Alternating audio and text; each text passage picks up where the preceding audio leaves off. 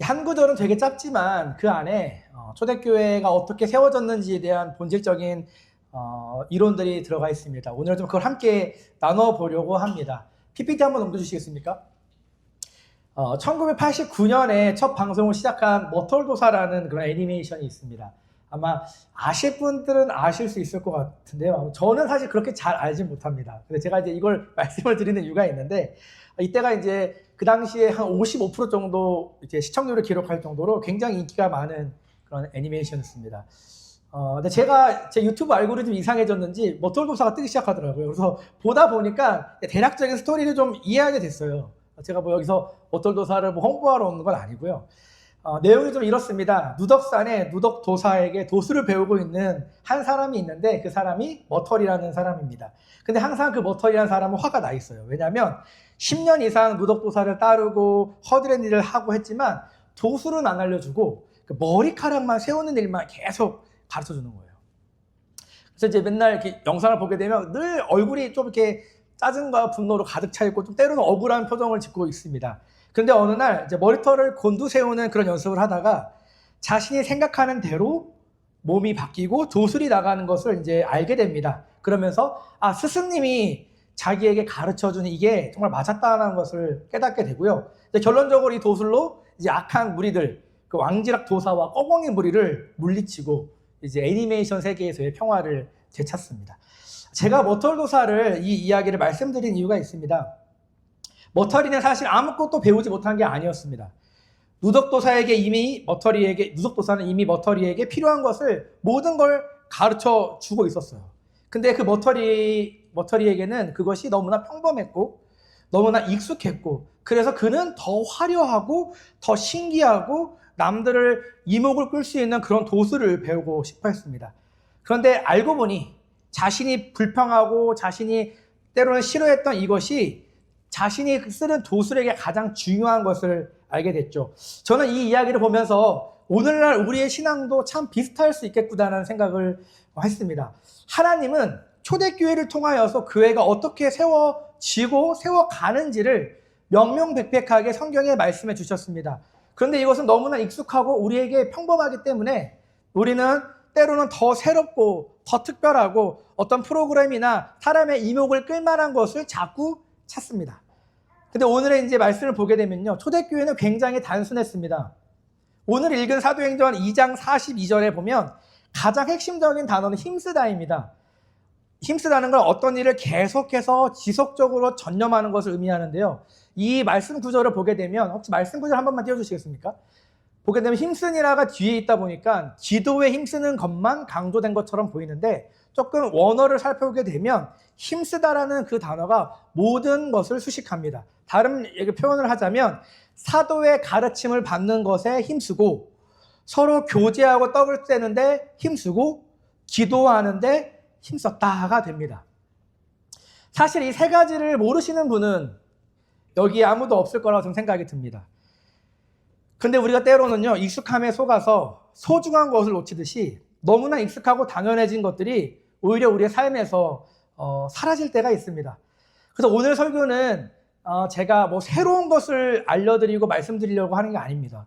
우리가 이미 알고 있지만 너무 익숙하여서 너무 쉽게 놓치고 있는 것들, 그것이 교회가 힘써야 되고 우리가 힘써야 되는 그 본질적인 것들을 다시 한번 우리가 기억하고 상기하고 우리의 삶에서 실천하기 위해서 이 말씀을 준비했고 함께 이 말씀으로 돌아보길 소망합니다.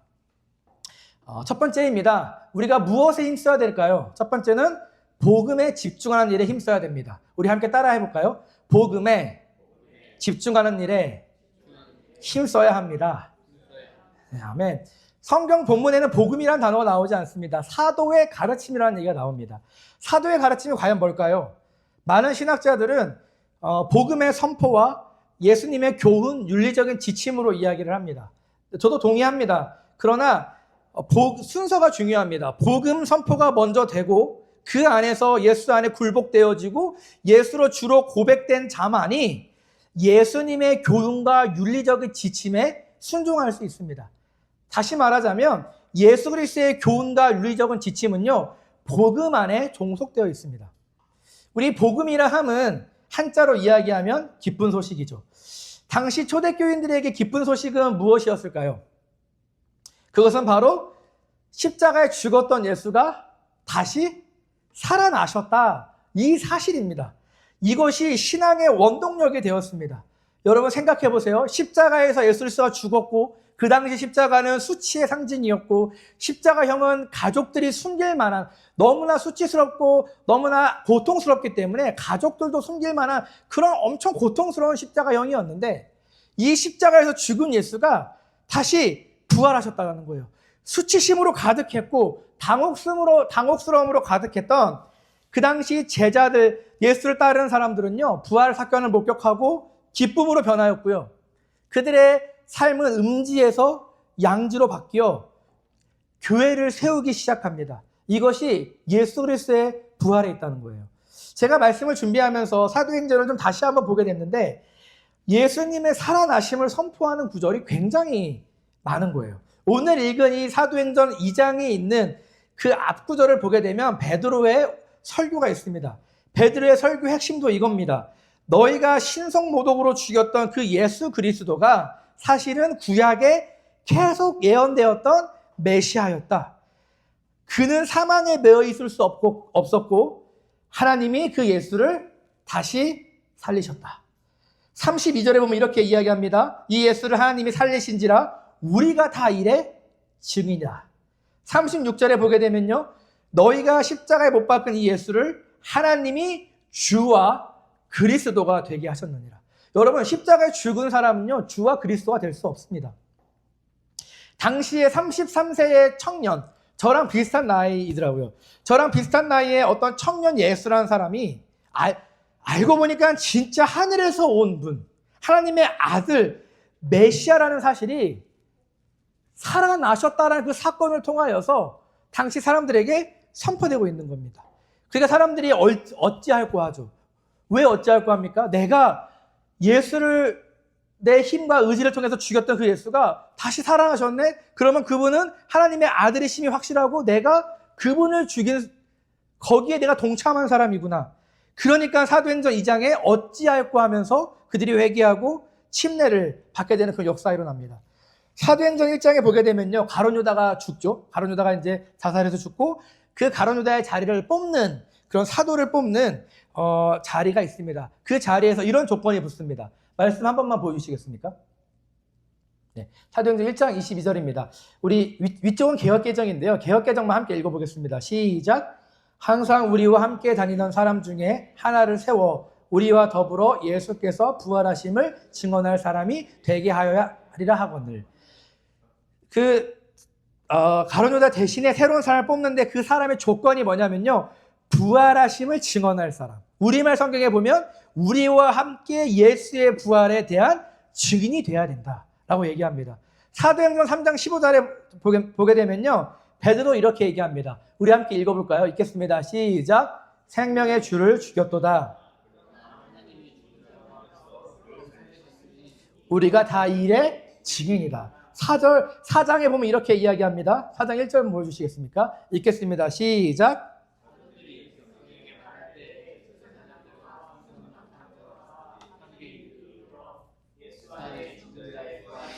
백성을 가르치고 전함을 실어하매 라고. 사도들이 뭘 가르치죠? 예수의 부활을 가르치는데 제사장들과 성전 맡은 자들이 사두개인들이 이걸 듣기 싫어하는 거예요. 그러면 우리가 그 초대교회에서 사도들의 가르침이 무엇이었냐고 했을 때 그 예수가 다시 살아나셨다. 그분이 정말 보이지 않는 그 영원한 세계에서 오신 분이다. 우리의 구원자이다라는 것이 그들에게 사실적으로 밝혀지니까 카타콤에 들어가는 거예요. 지하의 그 무덤 가운데 그 신앙을 버리지 않기 위해서 들어가는 거예요. 보이는 것이 전부가 아니구나. 영원한 세계가 있구나. 천국과 지옥이 있구나. 하나님의 말씀이 정말 예수 그리스도를 통해서 이루어졌구나. 이게 깨달아지고 믿어지고 그 안에 굴복되어지고 하니까요. 그들의 고백이 달라집니다. 그들의 고백이.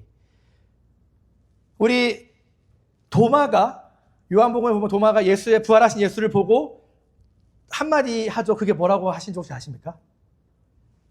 나의 주, 나의 하나님.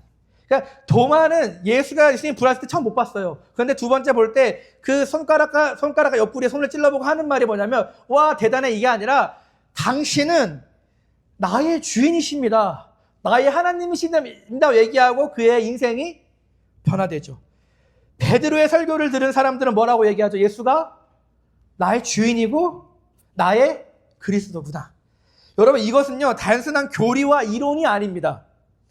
진짜 십자가에서 죽고 부활하신 예수가 누군지를 깨달아지고 그분을 영접하고 그분이 내 삶의 주인으로 하나님으로 고백되어진 거예요.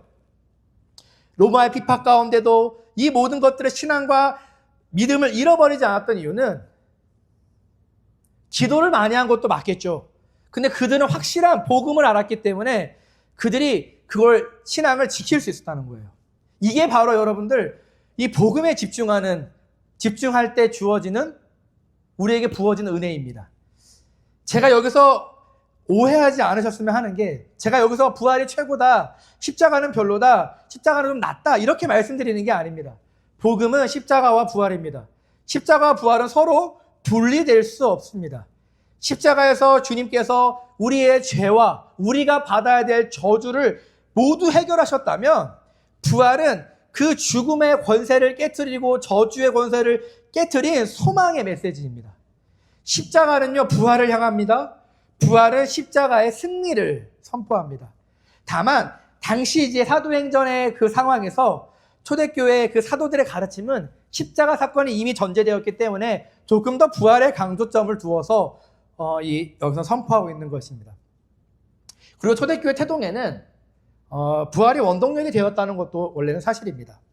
그렇다면 우리가 복음에 집중하는 일에 힘써야 한다는 것은 과연 무엇을 의미할까요? 우리가 초대교인과 똑같은 삶을 살 수 없습니다. 왜냐하면 이미 우리는 그들과 굉장히 큰 시간적 간격이 있기 때문입니다. 그러나 우리는 초대교인들에게, 초대교회와 사도들에게 그들의 신앙의 생명력의 핵심이 무엇인지를 배울 수 있습니다. 현대교회에서 복음은 새신자반이나 처음에 예수를 믿을 때만 필요하는 그런 도구로 전락한 것 같습니다. 그 뒤에 복음 이야기를 하고 예수의 십자가와 부활 얘기를 하면 이미 다 알고 있다, 이미 나는 이걸 통과했다라는 그런 교만한 마음이 우리의 마음 가운데 있을 수도 있겠습니다. 우리는 이러한 생각들을 사실은 쳐내야 됩니다. 왜냐하면 여러분, 우리가 365일 24시간을 빼먹지 않고 복음을 묵상해도 우리는 알 수 없습니다. 하나님의 경륜을 우리가 어떻게 다 이해할 수 있겠습니까? 교회를 시작되게 하고 우리에게 구원을 주고 우리에게 새 생명을 주고 우리를 거듭나게 하는 예수 그리스도의 복음을 우리가 어떻게 완벽하게 100% 이해할 수 있겠습니까? 이건 불가능합니다. 그래서 우리는 매일의 삶에서 십자가 부활을 반복적으로 묵상하고 그 결과 우리의 삶의 주인이 누구인가, 우리의 주되심을 살펴보고 점검해야 합니다. 누가 내 인생의 주인인가? 우리가 여기 계신 분들은 예수 그리스도가 주인임을 고백하는 자가 있는 줄 믿습니다. 근데 그럼에도 불구하고 우리는 육체를 입고 있기 때문에 자꾸 내 마음에 옛사람의 속성들이 올라옵니다. 자꾸 옛날에 내가 주인 되어서 해왔던, 내 육체의 쾌락을 쫓아 해왔던 이것들이 내 몸에 쩌들어 있기 때문에, 이것이 우리가 싸우지 않고 우리가 주 앞에 엎드리지 않으면, 복음을 묵상하지 않으면, 그 주인이 누구인가를 계속 바라보지 않으면 그게 내 삶에서 자꾸 올라오는 거예요. 때로는 우리 마음 가운데 죽음과 공포와 또 미래에 대한 두려움이 오기도 합니다. 그럴 때 우리가 무엇을 집중해야 됩니까? 주변 사람 가서 두려워, 나 힘들어, 이게 아니라 부활하신 그 주님, 우리의 인생의 가장 큰 문제, 죽음의 문제를 해결하신 그 주님이 내 인생에 지금 나에게는 커 보이는 그 문제 또한 해결하실 걸 믿는 그 믿음, 담대한 믿음, 그 살아있는 믿음을 우리가 가져야 된다는 것입니다. 결국은 이 핵심은 뭐냐면요, 누가 주인이냐라는 겁니다. 우리가 복음에 집중할 때 우리는 누가 주인이냐를 가지고 싸우게 됩니다. 우리가 매일의 십자가 앞에서 나의 사람을 내려놓고 매일 부활하신 주님을 바라보면서 우리의 삶에서 고백해야 됩니다. 우리가 고백하는 게 어색한 것 같아요. 특히 한국 사람들은 이게 고백하는 게 조금 부끄럽고 남사스럽고 한 것 같습니다. 그런데 우리는요, 신앙은요, 어린아이와 같이 가질 필요가 있어요. 우리의 삶에서 주님 사랑합니다. 주님 감사합니다. 예수님 당신 나의 주인이십니다. 나를 통치하셔야 됩니다. 이것 또한 내 것이 아닙니다. 사업장 또한 내 것이 아닙니다. 자녀도 내 것이 아닙니다. 주님만이 나의 왕이십니다. 이걸 우리의 삶에서 고백할 때 이것이 바로 제가 말씀드린 첫 번째 복음에 집중하는 삶이라는 것입니다. 초대교인들이 그런 삶을 살았다는 거예요. 거기서 파워풀한 그 로마와 유대교의 전통에서 교회를 탄생시키는 그 힘이 여기서 나왔다는 것입니다. 두 번째입니다. 우리 함께 저를 따라 하셨으면 좋겠습니다. 서로 교제하며 떡을 떼는 일에 힘써야 합니다. 네, 이제 두 번째입니다. 초대교인들은 모여서 교제하며 떡을 떼는 일에 힘썼습니다. 떡을 떼는 일은 성찬과 또 같이 식사를 하는 애찬 두 가지를 다 포함한 거겠죠. 그렇다면 여러분들 이들이 모여서 무슨 얘기를 했을까요? 날마다 보면 성전에 모이기를 힘쓰고 각자의 집에서 모이기를 힘썼다고 얘기하는데 그들이 모여서 어떤 이야기를, 어떤 교제를 했을까요? 그것은 바로 제가 앞서 말했던 그 주 예수 그리스도의 복음입니다. 복음 안에서 예수 그리스도를 주로 고백하고 굴복한 사람들이 그 안에서 계속 예수를 묵상하고 되새김질하면서 그들의 신앙이 깊어지고 그들의 신앙이 생명력을 더 가지게 되는 거예요. 교제를 뜻하는 헬라어 코이노니아는 여러분들 단순히 그냥 침묵을 도모하는 그냥 마음 맞는 사람끼리 만나서 그냥 즐거운 시간을 보내는 그런 차원이 아닙니다. 초대교회의 구성원을 보게 되면요, 신분과 배경이 제일 각각이었습니다. 주인과 종이 함께했죠. 우리가 지금 생각하는 교회의 갈등보다 더 큰 갈등의 그 폭탄들이 심어져 있던 게 초대교회예요. 종과 그 주인이 어떻게 한 자리에서 식사를 합니까? 그들이 어떻게 신앙생활을 합니까? 이것이 가능했던 것은 강압적인 힘이 아니라 예수 그리스도를 주로 고백하는 그 공통점이 있었기 때문에 가능했던 것입니다. 이들은 참된 주인이 예수 그리스도였기 때문에 그런 교제가 가능했고 떡을 떼고 함께 식사를 했습니다. 이들은 모여서 자신의 부나 사회적 지위를 자랑하지 않았습니다. 대신 모일 때마다 예수님의 부활하심을 다시 한번 묵상하고 그 은혜를 안에서 서로 위로하고 격려했습니다. 저는 종종 생각합니다. 아까 말씀드렸다시피 초대교회들은 어떤 내용으로 교제를 했을까? 현대 많은 교회들은 대부분의 교회라고 제가 말씀드리긴 어렵지만 많은 교회에서 모였을 때 모임 가운데 소그룹이라는 모임 가운데 이야기하는 것들이 누가 승진했는가, 누가 어떤 좋은 집을 샀고 어떻게 샀는가, 어떻게 좀 이자를 적게 받을 수 있겠는가, 어떻게 하면 우리 자녀들이 더 좋은 학교들로 갈 수 있는가, 어떻게 하면 나의 삶이 좀 더 윤택해질 수 있겠는가. 그러나 초대교회는 이런 얘기를 나누진 않았을 것 같습니다. 그 대신에 내가 예수 때문에 핍박받고 예수 때문에 수치당한 일, 내가 저번 모임에서 내가 주님은 내 삶의 주인입니다라고 고백했지만 또 현실 앞에서 무너진 나의 모습들, 이런 것들을 함께 나누고 또 승리했던 은혜를 나누고 기뻐하고 함께 실패를 진솔하게 털어놓으며 서로를 위로하며 함께 울고 함께 웃는 그런 공동체였다는 것입니다. 저는 개인적으로 교회 안에서는요, 성도들끼리 할 말이 참 많아야 한다고 생각합니다. 왜냐하면요, 우리가 따르는 예수 그리스도의 삶과 복음은요, 세상이 가지고 있는 가치관과 완전히 정반대되기 때문입니다. 우리가 숨쉬는 문화와 환경은요, 하나님을 배척하고 하나님이 없다 하고 하나님을 무시하는 사람들의 이론과 사상 위에 세워진 세상입니다. 이런 세상 가운데 우리가 믿음으로 살아가는데 쉽지 않겠죠.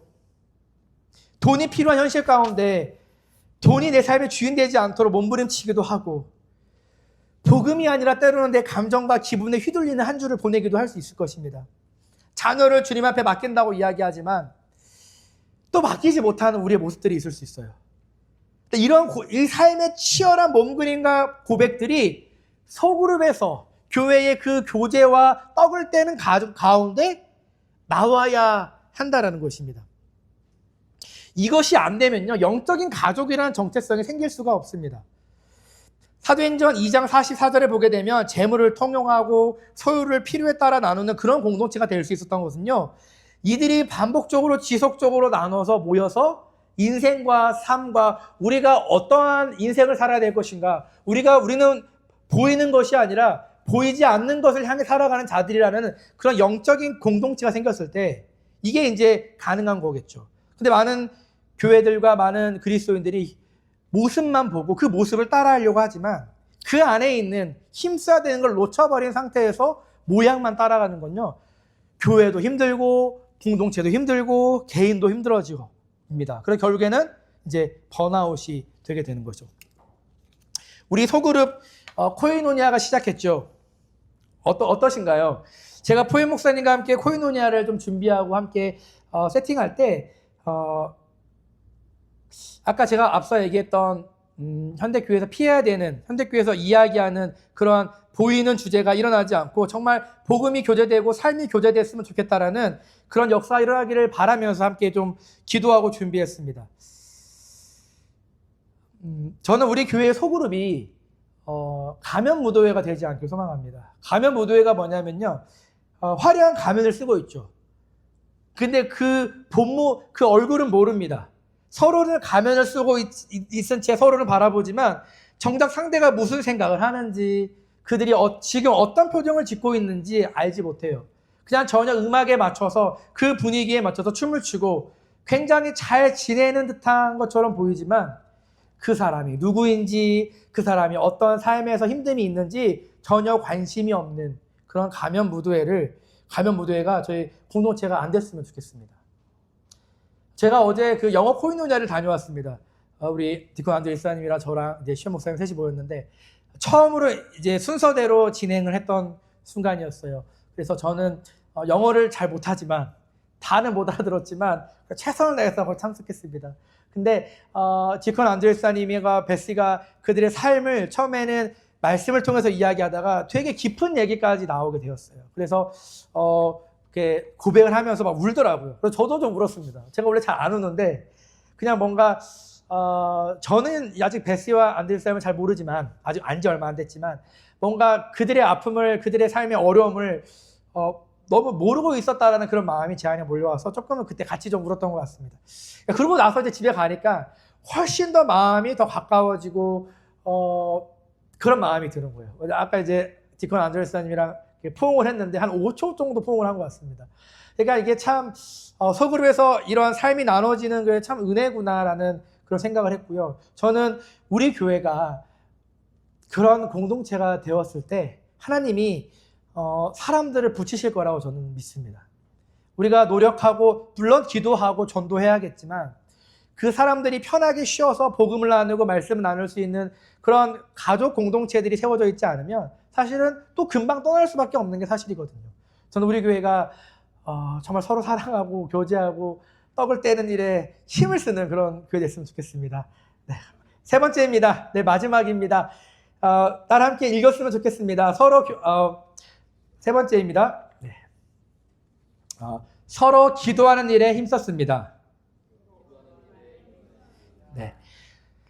성경의 원문에 보게 되면 기도하는데 힘썼다고 얘기하지만 사실은 복수형으로 되어 있습니다. 복수형. 그러니까 제가 조금 더 이걸 보고 좀 묵상하고 좀 찾아보니까요, 골방에서 개인적으로 하는 기도는 단수로 표현하는 게 일반적입니다. 근데 여기서는 복수형을 사용했다는 것은 초대교인들이 함께 모여서 정기적으로 드리는 기도 시간이 존재했다는 것을 보여줍니다. 다시 말해서 초대교인들은요, 각자 집에서 각계 전투를 한 게 아니라 정해진 시간에 공동체를 모여서 기도를 했다는 것입니다. 초대교회 성도들은요, 유대교회 전통에 따라서 오후 9시, 오후 3시 등 하루에 3번 시간을 정해놓고 기도했습니다.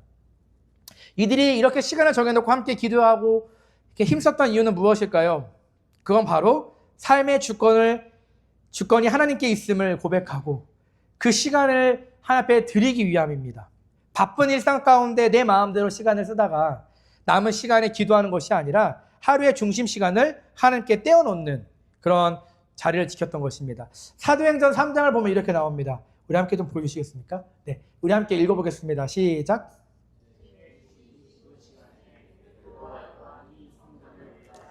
네, 베드로와 요한 초대교회 리더들은요, 기도 시간을 정해서 성전에 올라가서 기도했습니다. 그 다음에 나오는 말씀이 안진뱅이를 만나게 되고 그 안진뱅이를 통하여서 나사렛 예수 그리스도의 이름으로 명하노니 걸으라 라고 하니 그 사람이 일어나서 걷게 되는 그러한 기적이 일어납니다. 하나님의 역사는요, 정해진 기도의 자리를 신실하게 지키는 사람을 통로 삼아 일어납니다.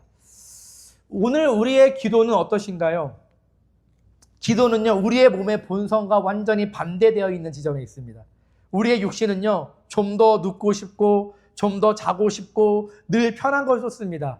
자극적이고, 즉각적이고, 나의 감정을 만족시키고, 도파민이 막 터져 나오는 그런 세상의 쾌락을 갈망합니다. 이러한 육신을 이끌고 기도한다는 것이 사실은 힘든 게 맞아요, 여러분들. 그래서 힘을 써야 된다는 겁니다. 기도가 자연스럽게 되면 힘쓸 필요가 없겠죠. 근데 육체를 쳐서 복종해야만이 가능하게 기도이기 때문에 기도는 힘을 써야 됩니다. 우리가 시간을 정해서 주님 앞에 드릴 그런 기도의 결단이 있었으면 좋겠습니다. 근데 결단한다고 되거나 결단한다고 매일 이렇게 지속되거나 그러지 않아도 괜찮습니다. 계속 우리가 결단하고 기도의 끈을 놓지 않는 것이 중요합니다. 제가 청년 사역할 때 항상 하는 말이 있습니다. 청년들은 아주 잘 넘어집니다. 그냥 여기 볼 때 교제했는데 집 가는 길에 넘어져서 이렇게 어려운 일이 생기고 그러는데요. 청년 사역할 때 제가 항상 하는 말이 뭐냐면 신앙의 고수는 넘어지지 않는 게 아니다. 신앙의 고수는 넘어져도 다시 일어나는 게 신앙의 고수다. 7번 넘어졌냐? 8번 일어나라. 8번 넘어졌어? 9번 일어나면 돼. 그러니까 사단마귀는 이 점을 파고드는 거예요. 너 실패했네. 7번 실패했네. 또 결단했는데 기도 못했네. 자꾸 우리에게 패배의식을 줍니다. 너는 못해. 너는 맨날 말만 하잖아. 하고 우리의 신앙의 열정을 꺼뜨리고 우리의 신앙의 원동력을 자꾸 꺼뜨립니다. 물을 붓는 거죠. 우리가 여기에 속으면 안 됩니다. 초대교인들이 시간을 정해서 기도하는 데 힘쓴 이유는 우리랑 똑같은 성정을 가졌기 때문에 그렇습니다. 초대교인들이 무슨 우리와랑 다른 몸을 가져서 육체의 소욕이 덜하고 육체의 유혹이 덜해서가 아니라 우리랑 똑같은 몸을 가졌지만 그들은 좀 더 주님을 사랑하고 공동체를 좀 더 품고 하기 위해서 그들은 계속 반복적으로 시간을 정해서 기도하는데 힘썼다는 것입니다. 우리가 이제 토요일마다 9시에 주보로 기도 모임을 시작했죠. 이번 주에 했으니까 저번 주에 시작한 걸로 볼 수 있겠네요. 우리가 줌으로 기도하는 30분 정도 기도합니다. 그래서 그 기도 가운데 우리 교회를 위해서 또 다임 포유 목사님을 위해서 또 다음 세대 아이들의 이름을 놓고 기도하고 또 우리가 선교하는 우리 한의사 선교사님 놓고 기도하고 또 중보 기도가 요청이 있으면 중보 기도를 이렇게 해서 같이 좀 기도하고 시작합니다. 제가 맡아서 하고 있는데 저는 사실 시작할 때 그런 생각을 가졌습니다. 한 사람이 오든 두 사람이 오든 또 그 줌에 아무도 없어도 계속 해야겠다. 그냥 제가 아프거나 뭐 천재지변 때문에 와이파이가 뭐 데이터가 안 되거나 그러면 이제 어쩔 수 없겠지만 그런 일이 아닌 이상은 그냥 눈이 오나 비가 오나 계속 해야겠다는 생각을 들었습니다. 이것은 교회를 위해서지만 공동체를 위해서지만 또한 저를 위해서도입니다. 제가 그 기도 시간에 스스로를 묻고 스스로를 그 안에 제가 헌신하고 그리고 그 기도 시간만큼은 어쨌든 간에 들어가는 거잖아요. 그래서 그 기도가 우리 교회 가운데 좀 더 잘 진행이 되어지고 기도의 불이 붙었으면 좋겠습니다. 그래서 여기 계신 여러분들 많은 참여 부탁드립니다. 네. 그렇다면 이제 마지막으로 이제 기도의 내용들은 어땠을까요? 이 부분에 대해서 성경에 구체적인 내용은 나와 있지 않아요. 그러나 사도행전 전체에 나오는 그런 사도들의 기도들을 종합해 봤을 때 그들의 기도는 한 가지였습니다. 환경 속에서도 담대하게 복음을 전하게 해주세요. 그러니까 핍박과 위험이라는 그러한 환경을 없애주세요. 나에게 순탄한 길을 허락해 주세요가 아니라 나에게 그 상황과 환경이 있지만 내가 이것을 뚫고 나아갈 수 있는 믿음의 담대함과 복음의 담대함을 주세요라고 기도했습니다. 그렇다면 우리도 이 기도를 본받아 적용할 수 있겠죠. 우리가 어떤 기도를 할 수 있겠습니까? 문제의 제거보다는 믿음의 담대함을 구하는 기도를 할 수 있습니다. 우리의 직장과 삶과 현장 속에서 고단한 상황에 처할 때 하나님 이 상황 좀 피하게 해주세요. 이 사람은 너무 편하게 인생을 사는데 저는 왜 이렇게 인생이 어렵습니까? 라가 아니라 하나님 내가 이 힘든 상황 가운데 관계 가운데 어려움이 있지만 내가 그리스도인답게 그 복음을 말하게 하시고 그 복음의 가치를 가지고 행동할 수 있도록 도와주시고 그리스도의 모습을 드러내주세요.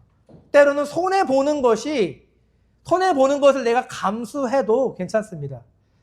나를 통해 예수가 드러날 수 있게 도와주세요. 라고 기도하는 것입니다. 두 번째는 어떤 기도입니까? 하나님의 나라의 확장을 위한 기도입니다. 그냥 단순히 내 가족, 내 자녀, 내 사업, 내 문제만 국한된 것이 아니라 우리 교회의 소그룹, 이제 시작했어요.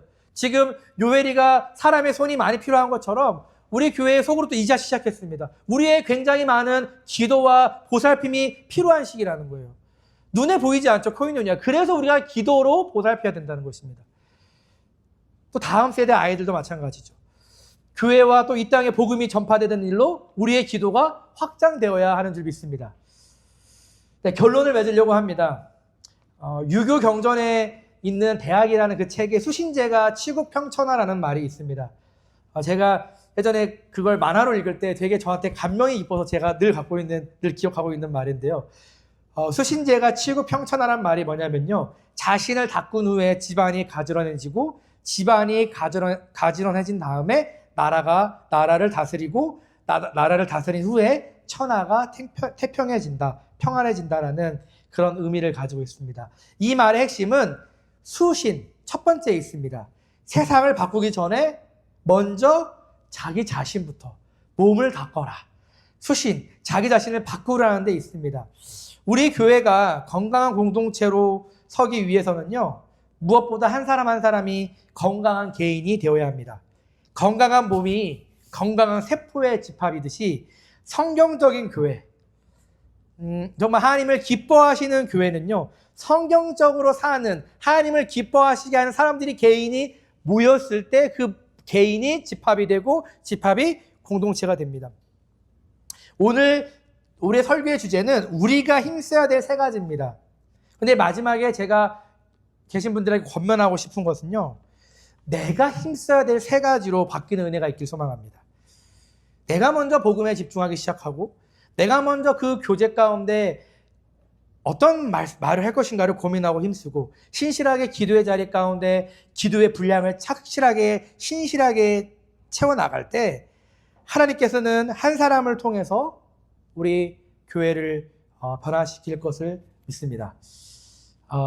우리 TCC에 계신 성도 여러분들, 너무 많은 것에 마음을 뺏기거나 복잡하게 생각하지 맙시다.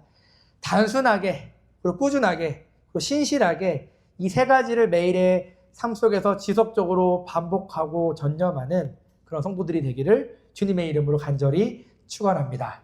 아멘. 우리 함께 좀 한두 가지만 놓고 좀 기도하고 마무리했으면 좋겠는데요. 우리 오늘 선포된 말씀 가운데 하나님, 초대교회 가운데 주님께서 가르쳐준 세 가지, 우리가 모르는 것이 아닌데 하나님, 내가 너무나 다른 곳에 힘쓰고 다른 곳에 정신이 팔렸고 너무나 다르게 내가 바쁘게 살아간 것이 있다면 주님, 우리의 마음을 회개합니다. 다시 한번 우리가 그 본질에 집중할 수 있도록 주님 도와주시옵소서. 다시 우리가 주님 앞에 설 수 있도록 은혜를 허락해 주시옵소서. 두 번째는 제가 말씀드린 세 가지, 복음에 집중하고 교제에 우리가 힘쓰고 기도에 힘쓰는 것은 단순히 우리의 결단만을 가지고는 할 수 없습니다. 하나님, 나의 결단 가운데 주님의 은혜를 더하여 주시옵소서. 주님의 은혜로 나의 결단이 삶에서 지속될 수 있도록 주님의 은혜를 갈망하며 나아갑니다. 주님 도와주시옵소서.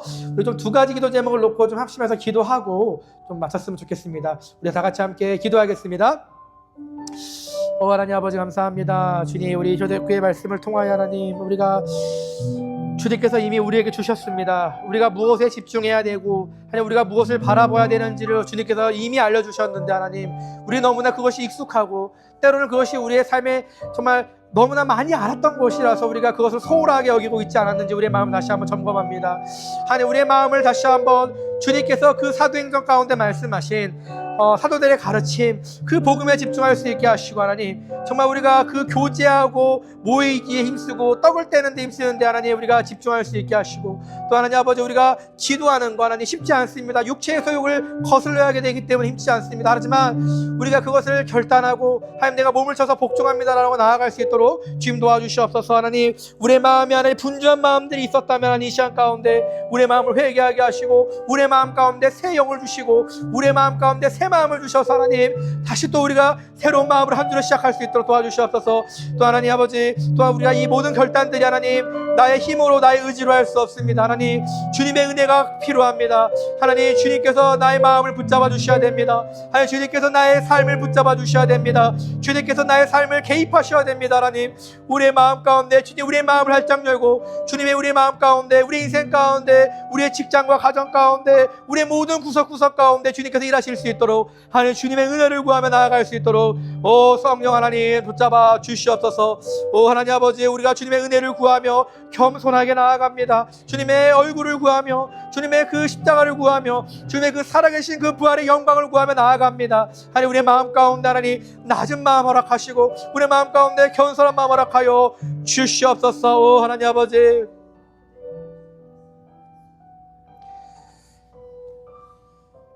하나님 우리의 마음이 온전히 주님에게만 향하길 소망합니다. 분주한 마음들이 있었다면 이 시간 가운데 회개하고 우리의 삶을 다시 한번 정돈하여서 주님께서 우리에게 말씀하신 정말 교회를 세우기 위한 본질적인 세 가지, 이곳에 우리의 삶이 올인되어지고 우리의 삶이 집중되어질 수 있도록 주님 은혜를 허락하여 주시옵소서. 또 우리가 오늘 들은 말씀을 흘려보내지 않게 하시고 또 묵상하고 다시 한번 삶에서 그걸 살아내기 위해 또 분투하고 그렇게 살아내기 위해서 우리가 기도하는 자들 될 수 있도록 주님 도와 주시옵소서. 이제는 우리 주 예수 그리스도의 은혜와 하나님 아버지의 사랑과 성령의 교통하심이 오늘도 복음에 집중하고 서로 사랑으로 교제하며 기도하기에 힘쓰기로 결단하는 우리 더크로스 처치 모든 성도님들의 삶과 가정과 일터 위에 지금부터 영원토록 함께하기를 간절히 축원하옵나이다. 아멘.